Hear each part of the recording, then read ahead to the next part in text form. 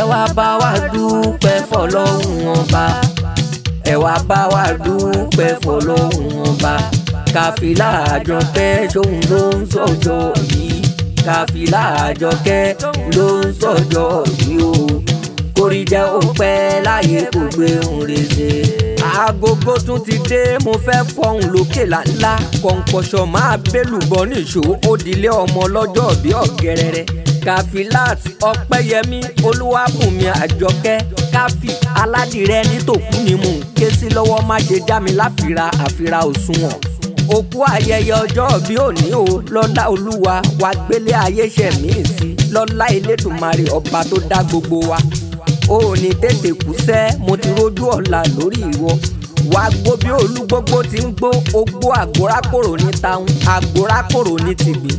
Gbogbo bí tó o bá lọ wà dé, òtútù kì í mẹ́ja lálẹ́ odò, ò ní ká góńgó, orí kì í fọ́lọ́ ata, ò ní mọ̀ nira. Lágbára lọ́wọ́ Olúwa, ó yá gbéra ńlẹ̀ òdìdé, má ṣe dáwọ́ látẹ̀lẹ̀ ara ọlá wúwo.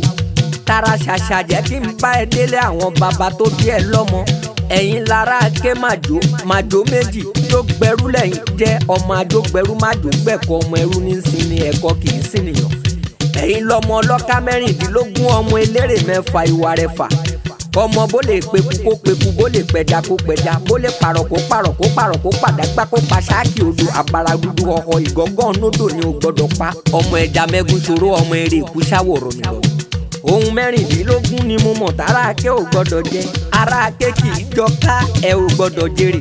Ara ake tó bá jológbò fìdán, ara ake kì í jorí adìlókun àforí apọ́nléwé ran. Bó bá dọjọ́ iwájú máa fi òkú ṣorin kọ. Ẹ̀yin lọmọ eléèsú yálà, eléèsú yàlà. Ọmọ olóríṣà kan òrìṣà kan yìí taláwà ní sójú ọ̀run, tó ń fọmọ ọkọ wọn, tó ń fọmọ àlè wọn. Ọmọ ẹni bẹ̀rẹ̀ tó kóge lọ́yàn tó dẹ̀ ṣọkọ oge. Ọmọ ẹrú ọwá níyàn, ọmọ olúyẹyẹ gbàgbéje níyàn, ọmọ arọ̀ lókìtì ẹ̀fọ̀n. Tẹ́nigbadé níyàn, ọmọ atẹ́nigbòkun, ìkọ̀kan nìjẹ̀ṣà gbólóyè wọ̀lú ọmọ rẹ̀ dídàpọ̀.